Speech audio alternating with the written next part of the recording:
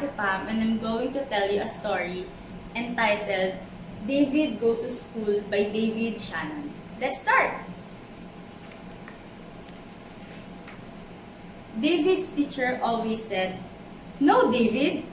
No yelling! No pushing! No running in the halls!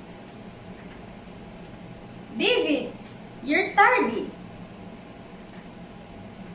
Sit down, David! Don't chew gums in class! David, raise your hand! Keep your hands to yourself! Pay attention! Wait your turn, David! I don't care who started it!